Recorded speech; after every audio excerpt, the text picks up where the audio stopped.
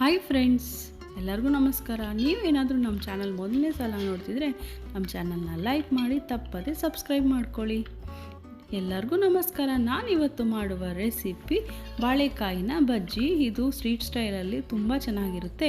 ನಾವು ಮನೆಯಲ್ಲೇ ಬಾಳೆಕಾಯಿನ ತೊಗೊಬಂದು ಹೆಲ್ದಿಯಾಗಿ ಹೇಗೆ ಕ್ರಿಸ್ಪಿಯಾಗಿ ಮಾಡೋದು ಅಂತ ಈ ವಿಡಿಯೋಲಿ ನೋಡೋಣ. ಇದು ತುಂಬ ಮಾಡಿದ್ಮೇಲೆ ತುಂಬ ಹೊತ್ತಾದ್ರೂ ಕೂಡ ಕ್ರಿಸ್ಪಿಯಾಗಿ ಇರೋ ಥರ ಏನೆಲ್ಲ ಹಾಕಿ ಇದನ್ನು ಮಾಡಬೇಕು ಅಂತ ಈ ವಿಡಿಯೋಲಿ ಕೊನೆಯವರೆಗೂ ನೋಡಿ. ಈ ವಿಡಿಯೋಲಿ ಎಲ್ಲನೂ ಡೀಟೇಲ್ಸಾಗಿ ಎಕ್ಸ್ಪ್ಲೈನ್ ಮಾಡಿದ್ದೀನಿ. ತುಂಬ ಚೆನ್ನಾಗಿರುತ್ತೆ. ಇದನ್ನು ಹೇಗೆ ಮಾಡೋದು ಅಂತ ನೋಡೋಣ ಬನ್ನಿ. ನಾವು ಮೊದಲಿಗೆ ಇದಕ್ಕೆ ಮಾಡೋದಕ್ಕೆ ಕಡಲೆ ಹಿಟ್ಟನ್ನು 1 ಕಪ್ಪು ತೊಗೊಂಡಿಟ್ಕೊಂಡಿದ್ದೀನಿ. ಕಡಲೆ ಹಿಟ್ಟು ನಾನು 2 ಬಾಳೆಹಣ್ಣು ತೊಗೊಂಡಿದ್ದೀನಿ. ಸೊ ಅದಕ್ಕಾಗಿ 1 ಕಪ್ ತೊಗೊಂಡಿದ್ದೀನಿ. ಸೊ ರುಚಿಗೆ ತಕ್ಕಷ್ಟು 1 ಟೀ ಸ್ಪೂನ್ ಸಾಲ್ಟನ್ನು ಸೇರಿಸ್ಕೊಳ್ತಾ ಇದ್ದೀನಿ. ಹಚ್ಕಾರದ ಪುಡಿ 1 ಟೀ ಸ್ಪೂನ್ ಸೇರಿಸ್ಕೊಳ್ತಾ ಇದ್ದೀನಿ. ಮತ್ತು ಬೇಕಿಂಗ್ ಸೋಡಾ ಒಂದು ಚಿಟಿಕೆ 1-2 ಚಿಟಿಕೆ ಅಷ್ಟು ತೊಗೊಂಡು ಇಟ್ಕೊಳ್ತಾ ಇದ್ದೀನಿ. ಅಕ್ಕಿ ಹಿಟ್ಟು 1 ಟೇಬಲ್ ಸ್ಪೂನ್ ತೊಗೊಳ್ತಾ ಇದ್ದೀನಿ. ಆಪ್ಷನಲ್ಲು, ಬಟ್ ಇದು ಹಾಕೋದ್ರಿಂದ ತುಂಬ ಕ್ರಿಸ್ಪಿಯಾಗಿ ಗರಿ ಗರಿಯಾಗಿ ಬರುತ್ತೆ. ಎಲ್ಲನೂ ಮಿಕ್ಸ್ ಆಗೋ ಥರ ಒಂದ್ಸರಿ ಚೆನ್ನಾಗಿ ಕಲಿಸ್ಕೊಳ್ಳಿ. ಇದನ್ನು ಹಿಟ್ಟು, ಉಪ್ಪು, ಖಾರ ಎಲ್ಲ ಮಿಕ್ಸ್ ಆಗಬೇಕು. ಒಂದು ಸ್ವಲ್ಪ ಅರಿಶಿನ ಪುಡಿ ಹಾಕ್ಕೊಳ್ತಾ ಇದ್ದೀನಿ. ಅರಿಶಿನ ಹಾಕೋದ್ರಿಂದ ಒಳ್ಳೆ ಕಲರ್ ಬರುತ್ತೆ, ಟೆಕ್ಸ್ಚರ್ ಬರುತ್ತೆ. ಮತ್ತು ಒಂದು ಸ್ವಲ್ಪ ಜೀರಿಗೆನೂ ಸೇರಿಸ್ಕೊಳ್ತಾ ಇದ್ದೀನಿ. ಜೀರಿಗೆ ಹಾಕೋದ್ರಿಂದ ಬಜ್ಜಿ ತಿನ್ನೋದ್ರೆ ನಮಗೆ ಡೈಜೆಷನ್ನು ಚೆನ್ನಾಗಿ ಕೊಡುತ್ತೆ. ಅದಕ್ಕಾಗಿ ಜೀರಿಗೆನ ಸೇರಿಸ್ಕೊಳ್ತಾ ಇದ್ದೀವಿ.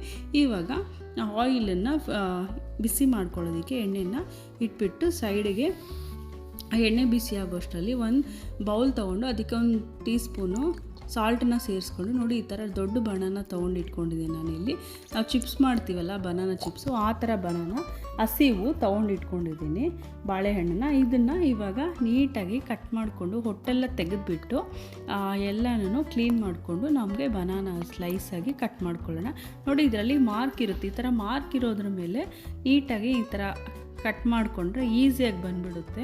ನಾವು ಈ ಮಾಮೂಲಿಯಾಗಿ ಮಾಡೋದಕ್ಕಿಂತ ಈ ಥರ ಮಾಡಿದ್ರೆ ಸಾಫ್ಟಾಗಿ ನೀಟಾಗಿ ಬಂದುಬಿಡುತ್ತೆ. ನೋಡಿ, ಈ ಥರ ಮಾರ್ಕ್ ಹತ್ರ ಕಟ್ ಮಾಡಿಬಿಟ್ಟು ಫುಲ್ಲು ಸೈಡಿಗೆ ತೆಕ್ಕೊಂಡ್ಬಿಟ್ರೆ ಚೆನ್ನಾಗಿ ಬರುತ್ತೆ. ಇದು ಕಟ್ ಮಾಡುವಾಗ ಒಂದು ಸ್ವಲ್ಪ ಹುಷಾರಾಗಿ ಕಟ್ ಮಾಡಿ. ತುಂಬ ಜಾಸ್ತಿ ಒಳಗೆ ಕಟ್ ಮಾಡಿಬಿಟ್ರೆ ಬನಾನ ಚಿಕ್ಕದಾಗ್ಬಿಡುತ್ತೆ, ಬಟ್ ಸಿಗೋದಿಲ್ಲ ನಮಗೆ.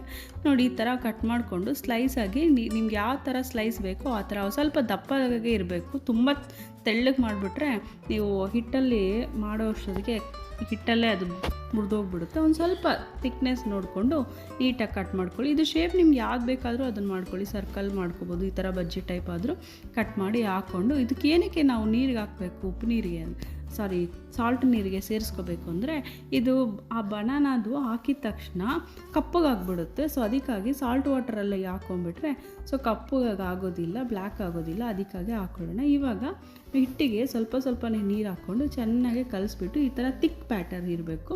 ತುಂಬ ತೆಳ್ಳಗೆ ಕಳಿಸ್ಬಿಡಬೇಡಿ, ಸ್ವಲ್ಪ ದಪ್ಪಕ್ಕೆ ಇರಬೇಕು ನಮ್ಮ ಹಿಟ್ಟು. ನೋಡಿ, ಈ ಥರ ಕೋಟ್ ಮಾಡಬೇಕು. ಕೋಟ್ ಮಾಡಿದ್ರೆ ನಿಂತ್ಕೋಬೇಕು. ಅದರಲ್ಲಿ ಅದೇ ಥರ ಇರೋ ಥರ ನಾವು ನೀಟಾಗಿ ಬ್ಯಾಟರ್ನ ಪ್ರಿಪೇರ್ ಮಾಡಿಕೊಂಡು ನಾವು ಬನಾನಾ ಸ್ಲೈಸನ್ನು ಆ ಕಡೆ ಈ ಕಡೆ ಕೋಟ್ ಮಾಡಿಬಿಟ್ಟು ನೀಟಾಗಿ ಇವಾಗ ಎಣ್ಣೆಗೆ ಸೇರಿಸ್ಕೊಳ್ಳೋಣ. ಎಣ್ಣೆ ಚೆನ್ನಾಗಿ ಕಾದ್ಮೇಲೆ ಅದನ್ನು ಮೀಡಿಯಮ್ ಫ್ಲೇಮ್ಗೆ ಇಟ್ಕೊಂಡು ಕಟ್ ಮಾಡಿರುವಂತಹ ಬನಾನಾ ಸ್ಲೈಸನ್ನು ಒಂದೊಂದಾಗಿ ತೊಗೊಂಡು ಎಣ್ಣೆಗೆ ಬಿಟ್ಕೊಳ್ಳಿ.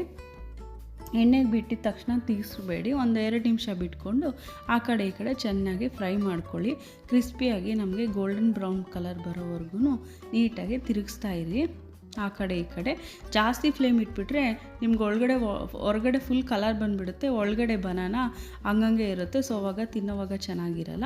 ಅದಕ್ಕಾಗಿ ಮೀಡಿಯಮ್ ಫ್ಲೇಮ್ ಇಟ್ಕೊಂಡು ಆ ಕಡೆ ಈ ಕಡೆ ನೀಟಾಗಿ ಫ್ರೈ ಮಾಡ್ಕೊಂಡ್ಬಿಟ್ರೆ ಸರಿ ಹೋಗುತ್ತೆ. ಇದಕ್ಕೇನು ಜಾಸ್ತಿ ಟೈಮೇನು ಹಿಡಿಯೋದಿಲ್ಲ. ಎಲ್ಲನೂ ಒಂದು 5 ನಿಮಿಷಕ್ಕೆ ಮುಗ್ದೋಗುತ್ತೆ. ಎಲ್ಲನೂ ಸೇರಿಸ್ಕೊಂಡು ಮಾಡ್ಕೋಬೋದು.